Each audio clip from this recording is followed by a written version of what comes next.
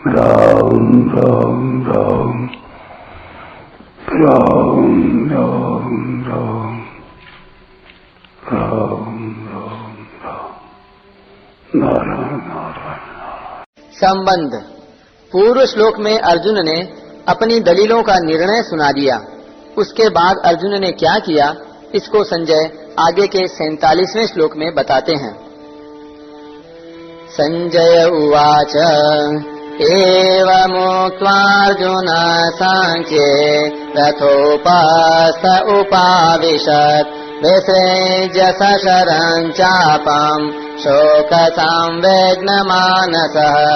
संजय बोले, ऐसा कहकर शोकाकुल मन वाले अर्जुन बाण सहित धनुष का त्याग करके युद्ध भूमि में रथ के मध्य भाग में बैठ गए। व्याख्या। एवं मुक्त्वार्जुनः संख्ये रथोपस्थ उपाविशत् विसृज्य सशदम चापम शोक संविघ्न मानसः। युद्ध करना संपूर्ण अनर्थों का मूल है। युद्ध करने से यहाँ कुटुंबियों का नाश होगा, परलोक में नरकों की प्राप्ति होगी आदि बातों को युक्ति और प्रमाण से कहकर शोक से अत्यंत व्याकुल मन वाले अर्जुन ने युद्ध न करने का पक्का निर्णय कर लिया। जिस रणभूमि में वे हाथ में धनुष लेकर उत्साह के साथ आए थे, उसी रणभूमि में उन्होंने अपने बाएं हाथ से गांडीव धनुष को और दाएं हाथ से बाण को नीचे रख दिया और स्वयं रथ के मध्य भाग में अर्थात दोनों सेनाओं को देखने के लिए जहां पर खड़े थे वहीं पर शोक मुद्रा में बैठ गए। अर्जुन की ऐसी शोकाकुल अवस्था होने में मुख्य कारण है भगवान का भीष्म और द्रोण के सामने रथ खड़ा करके अर्जुन से कुरुवंशियों को देखने के लिए कहना और उनको देखकर अर्जुन के भीतर छिपे हुए मोह का जागृत होना। मोह के जागृत होने पर अर्जुन कहते हैं कि युद्ध में हमारे कुटुंबी मारे जाएंगे। कुटुंबियों का मरना ही बड़े नुकसान की बात है। दुर्योधन आदि तो लोभ के कारण इस नुकसान की तरफ नहीं देख रहे हैं, परंतु युद्ध से कितनी अनर्थ परंपरा चल पड़ेगी, इस तरफ ध्यान देकर हम लोगों को ऐसे पाप से निवृत्त हो ही जाना चाहिए। हम लोग राज्य और सुख के लोभ से कुल का संहार करने के लिए रणभूमि में खड़े हो गए हैं। यह हमने बड़ी भारी गलती की। अतः युद्ध न करते हुए शस्त्र रहित मेरे को यदि सामने खड़े हुए योद्धा लोग मार भी दें तो उससे मेरा हित ही होगा। इस तरह अंतःकरण में मोह छा जाने के कारण अर्जुन युद्ध से उपरत होने में एवं अपने मर जाने में भी हित देखते हैं और अंत में उसी मोह के कारण बाण सहित धनुष का त्याग करके विषाद मग्न होकर बैठ जाते हैं। यह मोह की ही महिमा है कि जो अर्जुन धनुष उठाकर युद्ध के लिए तैयार हो रहे थे, वही अर्जुन धनुष को नीचे रखकर शोक से अत्यंत व्याकुल हो रहे हैं। ओम तत्सदिति श्रीमद्भगवद्गीता सूपनिषत्सु ब्रह्म विद्यायां योग शास्त्रे श्री कृष्णार्जुन संवादे अर्जुन विषाद योगो नाम प्रथमोऽध्यायः। इस प्रकार ओम तत्सत इन भगवान नामों के उच्चारण पूर्वक ब्रह्म विद्या और योग शास्त्रमय श्रीमद् भगवद गीतोपनिषद रूप श्री कृष्णार्जुन संवाद में अर्जुन विषाद योग नामक पहला अध्याय पूर्ण हुआ।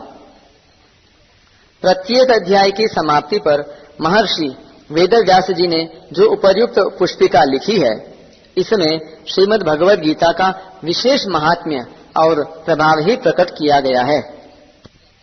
ओम तत् सत, इनका विशेष विस्तार 17वें अध्याय के 23वें श्लोक से लेकर 27वें श्लोक तक द्रष्टव्य है। ये तीनों सच्चिदानंद घन परमात्मा के पवित्र नाम हैं। ये मात्र जीवों का कल्याण करने वाले हैं। इनका उच्चारण परमात्मा के सम्मुख करता है और शास्त्र विहित कर्तव्य कर्मों के अंग वैगुण्य को मिटाता है। अतः गीता के अध्याय का पाठ करने में श्लोक, पद और अक्षरों के उच्चारण में जो जो भूलें हुई हैं, उनका परिमार्जन करने के लिए और संसार से संबंध विच्छेद पूर्वक भगवत संबंध की याद आने के लिए प्रत्येक अध्याय के अंत में ओम तत्सत का उच्चारण किया गया है। महर्षि वेदव्यास जी के द्वारा अध्याय के अंत में ओम के उच्चारण का तात्पर्य है कि मेरी रचना का अंग वैगुण्य मिट जाए। तत् के उच्चारण का तात्पर्य है कि मेरी रचना भगवत प्रीत्यर्थ हो जाए, और सत के उच्चारण का तात्पर्य है कि मेरी रचना सत अर्थात अविनाशी फल देने वाली हो जाए। इति बस मेरा यही प्रयोजन है, इसके सिवाय मेरा व्यक्तिगत और कोई प्रयोजन नहीं है। जो श्रीमत अर्थात सर्व शोभा संपन्न हैं और जिनमें संपूर्ण ऐश्वर्य, धर्म, यश, श्री, ज्ञान और वैराग्य ये 6 भग नित्य विद्यमान रहते हैं, उन भगवान के मुख से निकली हुई होने के कारण इसको श्रीमत भगवत कहा गया है। जब मनुष्य मस्ती में आनंद में होता है तब उसके मुख से स्वतः गीत निकलता है। भगवान ने इसको मस्ती में आकर गाया है, इसलिए इसका नाम गीता है। यद्यपि संस्कृत व्याकरण के नियमानुसार इसका नाम गीतम होना चाहिए था, तथापि उपनिषद स्वरूप होने से स्त्रीलिंग शब्द गीता का प्रयोग किया गया है। इसमें संपूर्ण उपनिषदों का सार तत्व संग्रहित है और यह स्वयं भी भगवद वाणी होने से उपनिषद स्वरूप है, इसलिए इसे उपनिषद कहा गया है। वर्ण, आश्रम, संप्रदाय आदि का आग्रह न रखकर प्राणी मात्र का कल्याण करने वाली सर्वश्रेष्ठ विद्या होने के कारण इसका नाम ब्रह्म विद्या है। इस ब्रह्म विद्या स्वरूप गीता में कर्मयोग, ज्ञान योग, ध्यान योग, भक्ति योग आदि योग साधनों की शिक्षा दी गई है, जिससे साधक को परमात्मा के साथ अपने नित्य संबंध का अनुभव हो जाए। इसलिए इसे योग शास्त्र कहा गया है। यह साक्षात पुरुषोत्तम भगवान श्री कृष्ण और भक्त प्रवर अर्जुन का संवाद है। अर्जुन ने निसंकोच भाव से बातें पूछी हैं और भगवान ने उदारता पूर्वक उनका उत्तर दिया है। इन दोनों के ही भाव इसमें हैं, अतः इन दोनों के नाम से इस गीता शास्त्र की विशेष महिमा होने के कारण इसे श्री कृष्णार्जुन संवाद नाम से कहा गया है। इस पहले अध्याय में अर्जुन के विषाद का वर्णन है। यह विषाद भी भगवान अथवा संतों का संग मिल जाने पर संसार से वैराग्य उत्पन्न करके कल्याण करने वाला हो जाता है। यद्यपि दुर्योधन आदि को भी विषाद हुआ है, तथापि उनमें भगवान से विमुखता होने के कारण उनका विषाद योग नहीं हुआ।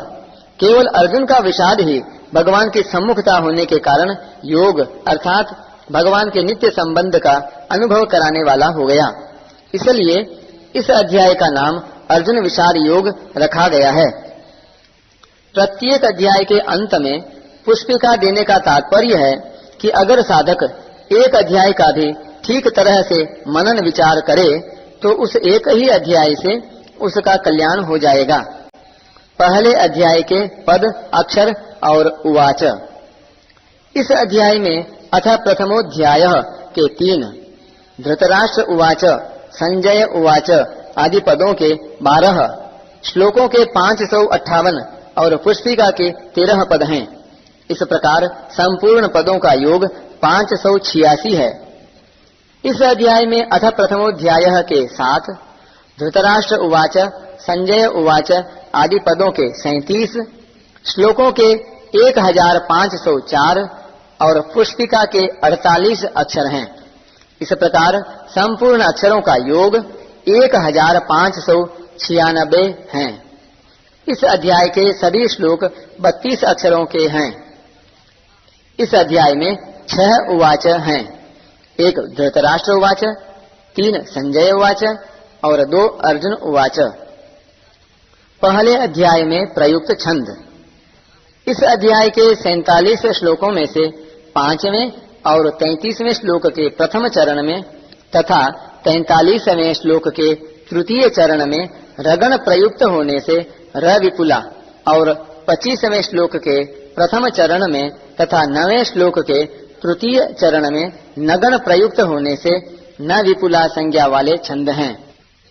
शेष 42 श्लोक ठीक पथ्यावक्त्र अनुष्टुप छंद के लक्षणों से युक्त हैं।